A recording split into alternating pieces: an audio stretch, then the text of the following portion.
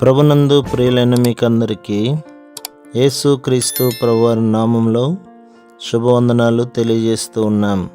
దైవజనులు బ్రదర్ భక్తి సింగ్ గారి పరిచర్యలో నుండి అలసిన వానిని ఊరడించు మాటలు. ఫిబ్రవరి 20. నేను ఆయనను చూడగానే చచ్చిన వాని వలె ఆయన పాదముల యొద్ద పడి తిని. ప్రకటన గ్రంథం 1వ అధ్యాయం 17వ వచనం.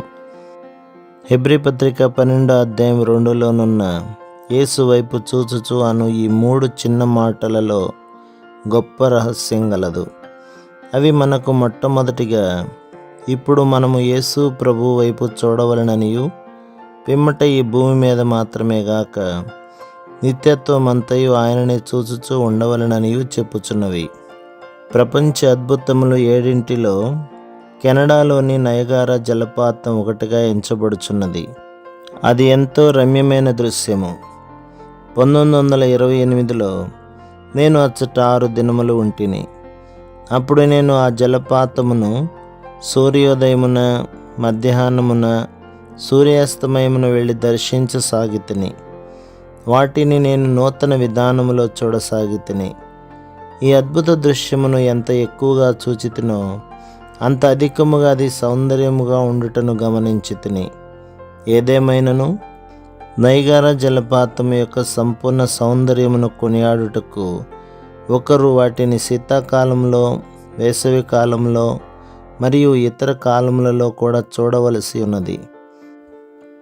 దేవుని సృష్టిలో కేవలం అతి స్వల్ప భాగమే అయిన నయగారా జలపాతం యొక్క సౌందర్యమును కొనియాడుటకు దీర్ఘకాలము పట్టిన ఎడల సృష్టికర్త అయిన మన ప్రభువైన యేసుక్రీస్తు యొక్క సౌందర్యమును కొనియాడుటకు మనకు నిత్యత్వము పట్టుననున్నది నిశ్చయము.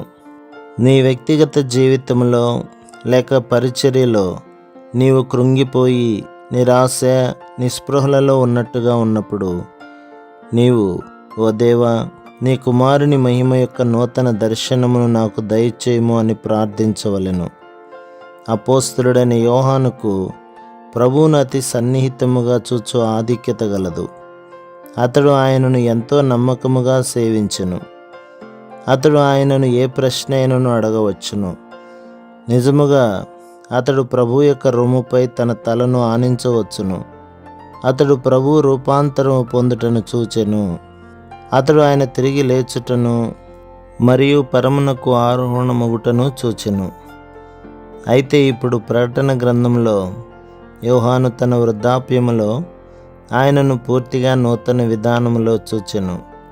ఆయన ప్రభువైన యేసుక్రీస్తు అని అతనికి తెలియను. నీవు ఎవరు అని అతనిని అడగవలసిన అవసరత లేదు. ఎందుకనగా అల్ఫాయు ఒమేగయు నేనే, నేను మొదటివాడను కడపటివాడను అను స్వరము చెప్పుట వినెను. ప్రకటన గ్రంథం 1వ అధ్యాయం 8-18 వచనాలు. యోహాను తనతో మాట్లాడుచున్న స్వరమేమిటో అని చూడ తిరిగిన వెంటనే అతడు ఆయన పాదముల యొద్ద పడి, ఓ ప్రభువా, నీవు ఎంతో సౌందర్యము గలవాడవు, నీవు ఎంతో గొప్పవాడవని నేనెంత మాత్రమును ఎరుగలేదు అని చెప్పెను. ఎందుకు మన ప్రభు యోహానుకు అట్లు కనబడెను? జవాబు చాలా సామాన్యమైనది. మన ప్రభువు యోహానుతో, నా ప్రజలు నా వలె కావాలనని కోరుచున్నాను అని చెప్పుచున్నాడు. అందుచేతనే ప్రభు యొక్క ప్రజలు ఆ సమయంలో అత్యధికమైన శ్రమల ద్వారా వెళ్ళవలసి వచ్చెను. ప్రస్తుతం ఉదాహరణకు స్వచ్ఛమైన ప్రకాశించు బంగారం కావాలనని కోరిన ఎడల బంగారం అగ్నిలో కరిగించబడి శుద్ధి చేయబడవలెను. కంసాలి కరిగించబడిన లోహము యొక్క ఉపరితలములో అద్దము వలె తన ముఖమును చూడగలుగునంత వరకు అగ్నిలో అధికముగా వేడి చేయును.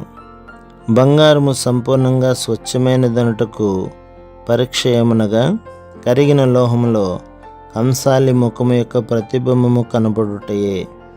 అదే విధముగా మనలో కూడా ప్రభువైన యేసుక్రీస్తు యొక్క మహిమ కనబడు పర్యంతము మనము అగ్ని వంటి శ్రమల ద్వారా శుద్ధీకరించబడవలెను.